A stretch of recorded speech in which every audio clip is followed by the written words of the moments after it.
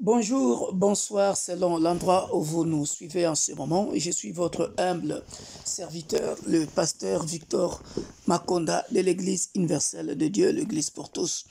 Nous voici encore à notre rendez-vous de tous les mercredis sur l'école du ministère. Nous avons commencé un enseignement très important concernant le leadership chrétien. Alors, je suis en train de courir vite parce que je dois terminer ce programme d'ici le mois de décembre parce que 2021, nous commencerons un autre programme de la deuxième année où je vais prêcher d'autres choses telles que l'interprétation des écritures bibliques, comment interpréter les écritures bibliques, la philosophie biblique. Il y a donc beaucoup de cours que nous allons apprendre l'année prochaine. Donc, je suis en train de courir vraiment pour terminer les cours de cette première année, tout en sachant que j'avais pris aussi certains cours de la deuxième année, comme le leadership chrétien, c'est un cours de la deuxième année que je prêche déjà, parce qu'il est très important que je le donne en ce moment, parce que il y a dans l'école du ministère de frères et sœurs qui sont en train de prêcher déjà dans mon ministère. Donc, il faut bien qu'ils sachent le leadership chrétien parce qu'ils tiennent déjà les églises comme les frères et sœurs de Paris, de Strasbourg et ceux qui sont prêts à commencer les églises que je vais établir dans d'autres pays dont je mettais encore le nom. Voilà, nous aurons par exemple le management de l'église, comment gérer l'église, qui sont les cours de la deuxième année, l'histoire et la fondation de la religion et tradition, tout ça là, l'éthique sociale et les méthodes même de l'interprétation biblique. Voilà, donc tout ça sont les cours de la deuxième année. Le leadership, c'était le cours de la deuxième année, mais j'ai jugé bon d'enseigner ça maintenant. Donc je continue. Aujourd'hui, nous allons continuer encore dans le leadership chrétien, jusqu'à ce que nous terminons cette partie, que Dieu vraiment m'aide à terminer le leadership chrétien, même jusqu'au mois de décembre, parce que c'est un cours très, très, très important. Voilà. Et avant de commencer, je réponds déjà à la question que nous nous sommes posée. S'il faut faire des vidéoconférences. Donc, Maman Thérèse avait répondu par rapport au temps. Et l'apôtre Suzanne aussi aux États-Unis avait dit la même chose par rapport au temps au travail. Bon, j'ai compris que les gens de la France, les gens des États-Unis, des autres pays africains qui sont dans cette plateforme et en Angleterre, en Irlande, tout cela, ça sera pratiquement impossible. Donc, si vous avez une question à poser, posez la question sur le groupe en audio ou en manuscrit et je répondrai et ça profitera à nous tous. Comme là, par exemple, c'est très, très important. C'est très, très important. Et puis, un autre conseil, je le répète encore, vous tous qui êtes dans cette école de ministère, abonnez-vous sur notre page YouTube, dans le sens où si vous avez raté les cours ici, vous pouvez les rattraper sur la page YouTube, parce que ici, je suis tout le temps obligé de effacer, même si je garde tous les cours dans Drive, mais je suis tout le temps obligé d'effacer les cours par rapport à la mémoire du téléphone. Voilà, donc abonnez-vous sur notre page YouTube. Tous les cours sont après mis dans notre page YouTube. Voilà, et ayez l'habitude de suivre aussi nos prédications sur YouTube et sur notre page Facebook, parce que là-bas, je développe aussi d'autres choses qui peuvent aussi compléter ce que nous étudions dans l'école du ministère. C'est très important. Comme il y a des choses que j'enseigne dans les cours du ministère, que je n'enseigne pas dans ce que j'enseigne, par exemple, dans les études bibliques ou dans le dimanche. Mais il est très important de les suivre, comme ça nous forme aussi. Merci pour votre compréhension. Donc, j'ai répondu d'abord à la question de la manière dont nous voulions organiser les choses. Et puis, je pense que je ferai des groupes de vidéoconférences par groupe. C'est-à-dire, je ferai par exemple la vidéoconférence avec les gens des États-Unis par rapport à l'heure qui les convienne. Ils poseront des questions et puis on pourra aussi voir ce qu'il en est.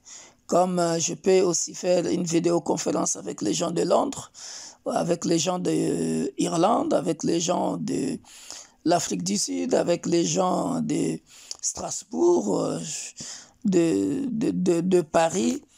Tout dépend. Mais en tout cas, pour l'instant, toutes vos questions, posez ça dans le groupe et je répondrai pour l'éclaircissement de tout le monde. Je vous donne un exemple. Ça cadre aussi dans un cours que j'enseignerai par rapport à la méthode d'enseigner. Il y a une question qui m'a été posée, par exemple, aujourd'hui, par le frère Serge Mata, qui est un des dirigeants de l'Église universelle de Dieu, l'Église pour tous, à Strasbourg. Il m'a posé cette question par rapport à la prédication que j'ai prêchée le dimanche sur l'esprit de contrôle et la lecture de la Bible. Alors, sa question était celle-ci. Pasteur, excusez-moi, que ferons-nous, par exemple, parce que vous étiez quand même direct, vous étiez quand même un peu dur dans votre message de dimanche par rapport à l'esprit de contrôle et la lecture de la Bible. Vous avez trop parlé de blanc et de noir. Alors, que ferons-nous pour enseigner un message comme ça si on a une église qui est pleine de blanc? Voilà, c'était ça sa question. Alors, je réponds tout de suite à cette question. Ça va profiter à nous tous pour bien comprendre. Donc, allez-y suivre ce message-là. Quand Dieu donne un message, allez-y suivre ce message-là du dimanche sur l'esprit de contrôle et la lecture de la Bible. Alors, quand on a une église pleine de blanc ou pleine de blanc ou de noir, voilà. Le message de Dieu, je le dis clairement, reste le message de Dieu. Le message de Dieu est adressé pour un peuple. Comme la Bible, c'est un message qui est adressé pour le peuple d'Israël. Donc, Dieu, en s'adressant au peuple d'Israël, j'aimerais que vous tous qui me suivez en ce moment puissiez le savoir, que la Bible n'a pas été destinée à toi d'abord. La Bible a été destinée à un peuple choisi par Dieu, qui n'est rien d'autre que le peuple d'Israël. Maintenant, si tu as une église pleine de blanc ou pleine de noir, quand Dieu donne un message, il s'adresse à un peuple, point barre. Il ne s'adresse pas à une race quelconque. Au jour d'aujourd'hui, nous sommes tous Israël spirituel. Quand Dieu nous parle, il nous parle. Alors la question de frère Serge était surtout la peur de livrer un message à un peuple. Alors j'ai corrigé sa façon, peut-être qu'il avait mal compris, après il a compris. Je disais ceci, que le manque de connaissances permettait à l'autre de prendre le dessus, permettait à l'un de prendre le dessus sur les autres. Si le blanc a pris le dessus sur les noirs, c'est tout simplement parce que les noirs ne lisaient pas beaucoup. Mais cela n'est pas seulement entre blanc et noir. Voilà. Cela est dans n'importe quelle communauté. Ça peut être entre les noirs eux-mêmes, entre les blancs eux-mêmes aussi. C'est-à-dire, celui qui a plus de connaissances dans n'importe quelle société assujettit l'autre. Je te donne un exemple. Il y a des pasteurs qui ont abusé du peuple de l'Église, de leurs églises, parce que ils ont compris que ce peuple ne lit pas la Bible. Tu verras un pasteur couché avec une sœur de l'Église, tu verras un pasteur profiter de l'argent d'un frère ou d'une sœur de l'Église. C'est tout à fait normal parce que comme le frère ne lit pas la Bible, n'a pas la connaissance de la Bible, on va lui mentir. Or, si le frère ou la sœur lisait la Bible, vous voyez, ça peut être dans une communauté blanche, comme ça peut être dans une communauté chinoise, dans une communauté indienne, dans une communauté américaine, dans une communauté africaine, dans n'importe quelle communauté. Quand tu n'as pas de connaissances, quand tu ne lis pas la Bible, tu es aveuglé. Et celui qui a la connaissance t'assujettit. Il profite sur toi. Or, si tu lisais la Bible, tu allais tout de suite comprendre que, mais pasteur, même si tu es mon pasteur, mais ce que tu es en train de dire là n'est pas biblique. Donc, je n'accepte pas ça. Même Jésus le dit, 1 Thessaloniciens chapitre 5, verset 17 à 20. Ne tenez pas le Saint-Esprit. Il dit, priez sans cesse. Ne tenez pas le Saint-Esprit. Écoutez la prophétie, mais examinez la prophétie. Voilà. Voilà. Donc, il y a beaucoup de pasteurs, ils ont menti sur le peuple de Dieu, parce que le peuple de Dieu ne lise pas, parce que le peuple de Dieu ne veut pas être comme le peuple de Béret, qui vérifiait les Écritures. Or, tu vérifieras les Écritures comment? En lisant. Donc, celui qui a plus de connaissances assujettit toujours l'autre. Voilà, je voulais répondre à cette question dans l'école des ministères pour nous aider à comprendre que le message ne s'adressait ni aux blancs ni aux noirs, mais à toute communauté. Comme aussi dans la communauté blanche, toutes ces aventures-là se passent dans n'importe quelle communauté. Amen. Donc voilà, j'ai répondu à cette question pour nous aider tous.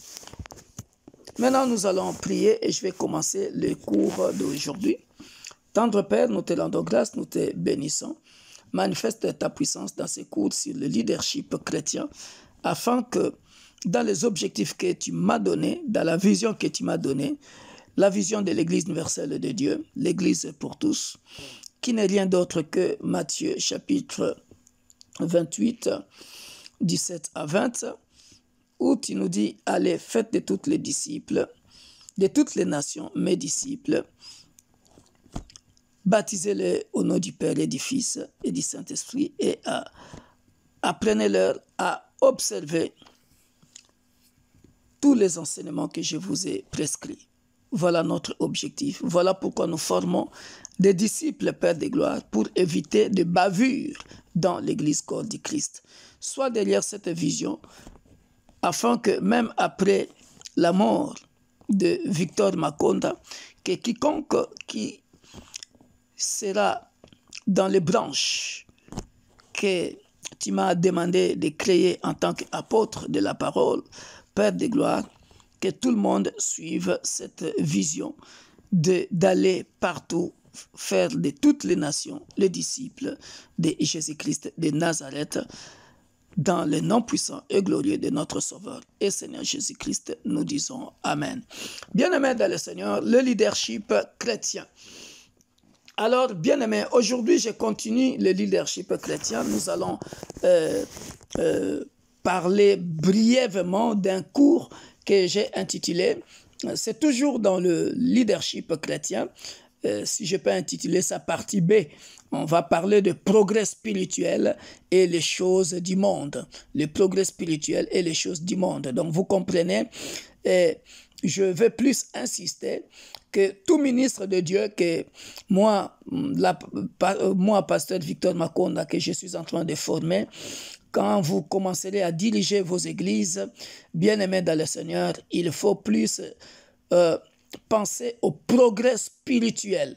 C'est à peu près comme le cours que j'avais donné de croître en sagesse, en connaissance, voilà, dans le ministère.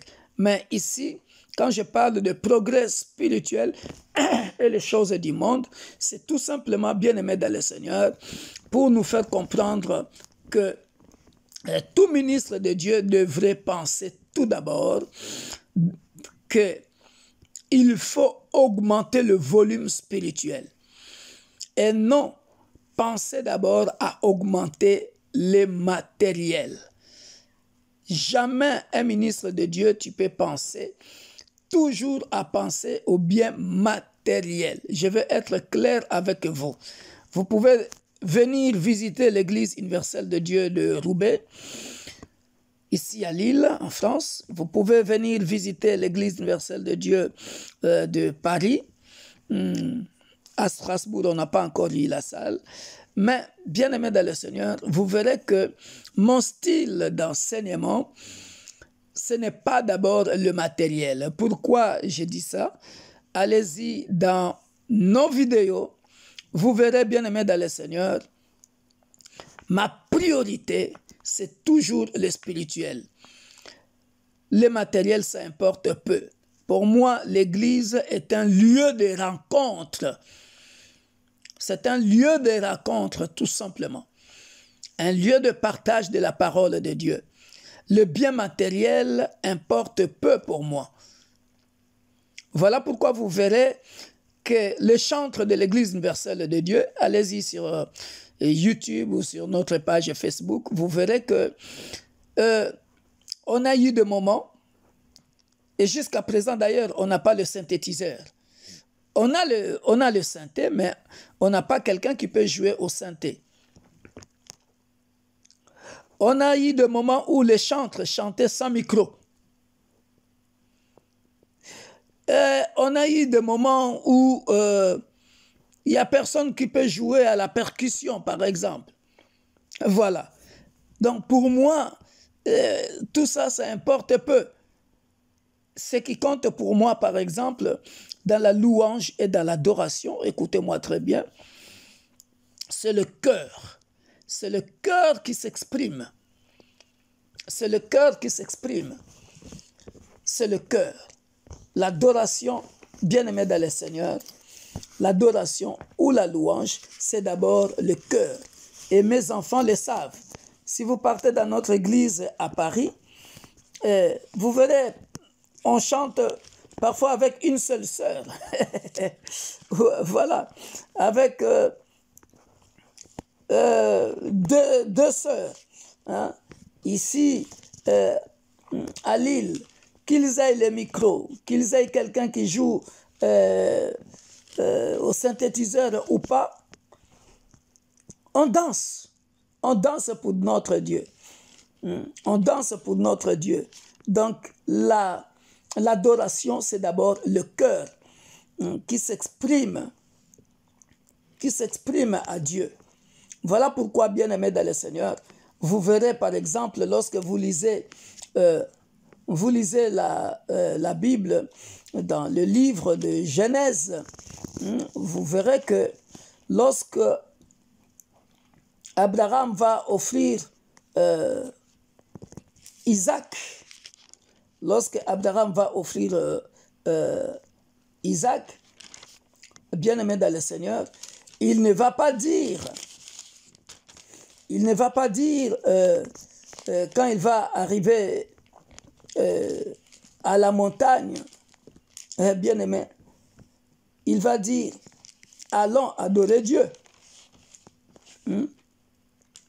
Il va dire à son fils, allons adorer Dieu. Mais quand ils vont arriver là-bas, je pense qu'ils n'ont pas chanté. Mais c'est le cœur d'Abraham. C'est le cœur d'Abraham qui parlait, qui obéissait à Dieu. Est-ce que quelqu'un me comprend? Donc voilà pourquoi je disais ça, que l'adoration, dans ce sens-là, ce n'est pas d'abord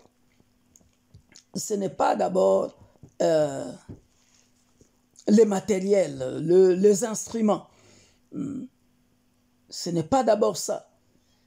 Ce qui compte, c'est d'abord le cœur qui s'exprime devant Dieu, qui s'étale devant Dieu, qui chante devant Dieu. C'est ça qui est très, très important. C'est ça qui est très, très important, bien-aimés dans le Seigneur. Voilà pourquoi nous avons aujourd'hui des pasteurs trop matérialistes et des églises pleines, des églises pleines de décors intérieurs, parce que le souci de pasteur, c'est d'abord embellir la salle,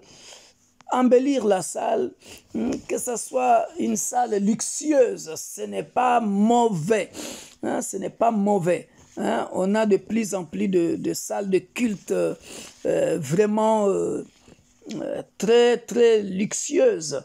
Ce n'est pas mauvais, je dis bien ce n'est pas mauvais. Mais, excusez-moi, ce qui compte pour moi, bien-aimé dans le Seigneur, c'est d'abord le progrès spirituel de celui qui prêche. Donc c'est ça mon style et c'est ça que je vais communiquer aussi à vous, les enfants que je suis en train de former. Donc la pensée selon laquelle davantage de luxe facilite le progrès spirituel, je pense, pour moi, c'est un mensonge. C'est un mensonge. On peut avoir une église luxueuse, grande église, la chair, je ne sais pas qui mesure, je ne sais pas combien de mètres, bien tapissée, mais en vérité, Dieu n'est pas là. Donc, ce sont des maisons de prière qui sont vides spirituellement, qui se transforment en maison de sommeil, en maison de sommeil. Donc, je ne sais pas comment expliquer ça. Qu'est-ce que je veux dire par là? C'est-à-dire, tu peux multiplier les équipements. Luxueux dans la salle. Ce n'est pas mauvais, mais quand la maison de Dieu devient, au lieu que ce soit une maison de prière où on voit des miracles, des gens qui sont sauvés, mais c'est du luxe pour rien. Les gens sont plutôt en sommeil. Pour moi, tu n'as rien fait. Voilà, pour moi, tu n'as rien fait. Regardez les églises primitives, par exemple. Si nous prenons l'exemple des églises primitives, quels sont les instruments qu'ils avaient? Quels sont les instruments qu'ils avaient? Rien du tout. La Bible dit dans Actes 2, 42, 41 jusqu'à 46 ou 47, ils se réunissaient ensemble, ils partageaient dans la communion fraternelle, la fraction de pain et tout cela, ils partageaient la parole, ils progressaient dans les enseignements et dans la prière. C'est ça donc mon style. Voilà pourquoi vous viendrez dans notre église de Paris ou ici à Lille. Quand vous écoutez les chantres de notre église, on a passé tellement de moments difficiles que si quelqu'un peut jouer le synthé est là, il est là. S'il n'est pas là, nous on continue. Ils chantent de tout leur cœur, ces chantres-là. Ces mamans-là chantent de tout leur cœur. Mais quand ils commencent à chanter, ces sœurs-là, quand elles commencent à chanter, Dieu descend, les gens commencent à parler en langue, l'Esprit de Dieu descend, voilà. Et les gens sont épanouis spirituellement. Pourquoi? Parce que on a créé d'abord ces contacts avec le spirituel, ce progrès spirituel. En commençant par moi-même, le pasteur. Voilà. Donc, augmenter ses possessions matérielles sans augmenter le contenu en Dieu. Ah, c'est une erreur grave. Donc, malamu yo muto fulu sama, otondi sama na bonzambe. Sois rempli d'abord de Dieu. Sois rempli du contenu de Dieu. Donc, les matériels bien-aimés dans le Seigneur, ce n'est pas mauvais, mais j'aimerais que nous puissions progresser spirituellement. Et les choses qui remplissent l'Église, bien-aimée dans le Seigneur, c'est... En tout cas, ce n'est pas mon style que je vous communique. C'est bien, c'est bien, c'est bien. David jouait la harpe, tout ça là, mais je pense que David était d'abord rempli de Dieu. Voilà. Donc, que le progrès spirituel soit d'abord évident. Donc, parce que il faut que le contenu en Dieu soit d'abord très, très important.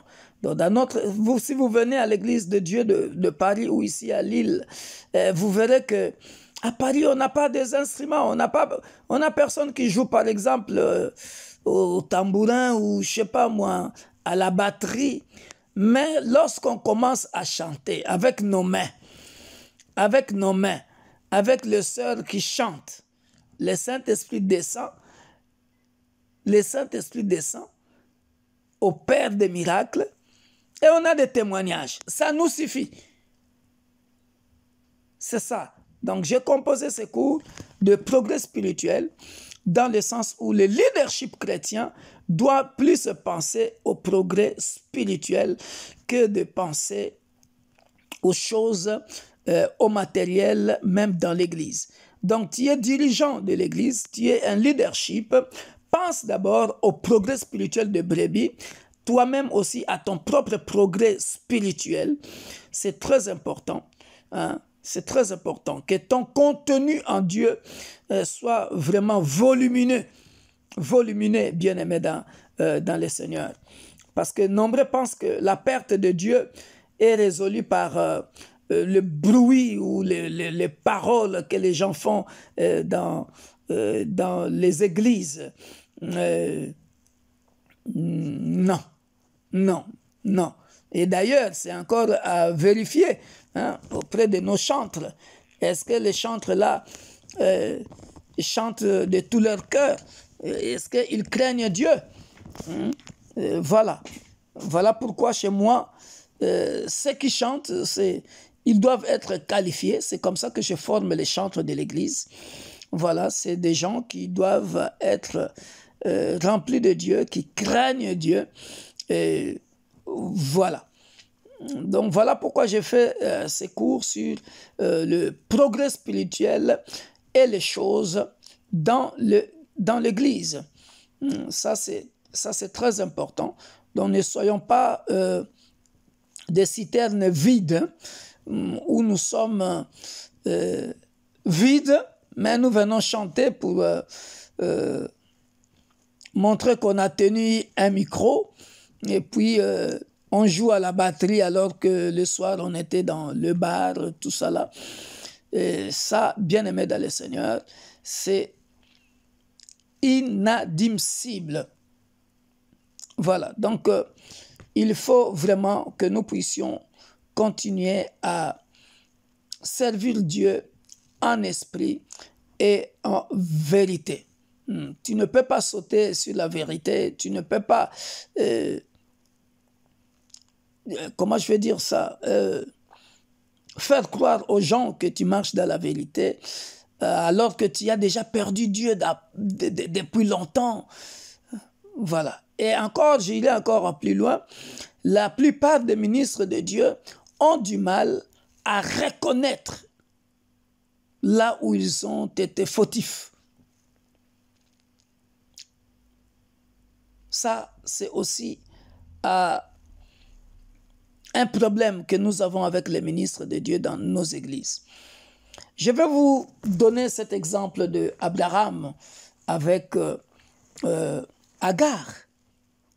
Pensez-vous que dès l'âge de 85 ans à 97 ans, Abraham était toujours avec Dieu? Je ne pense pas.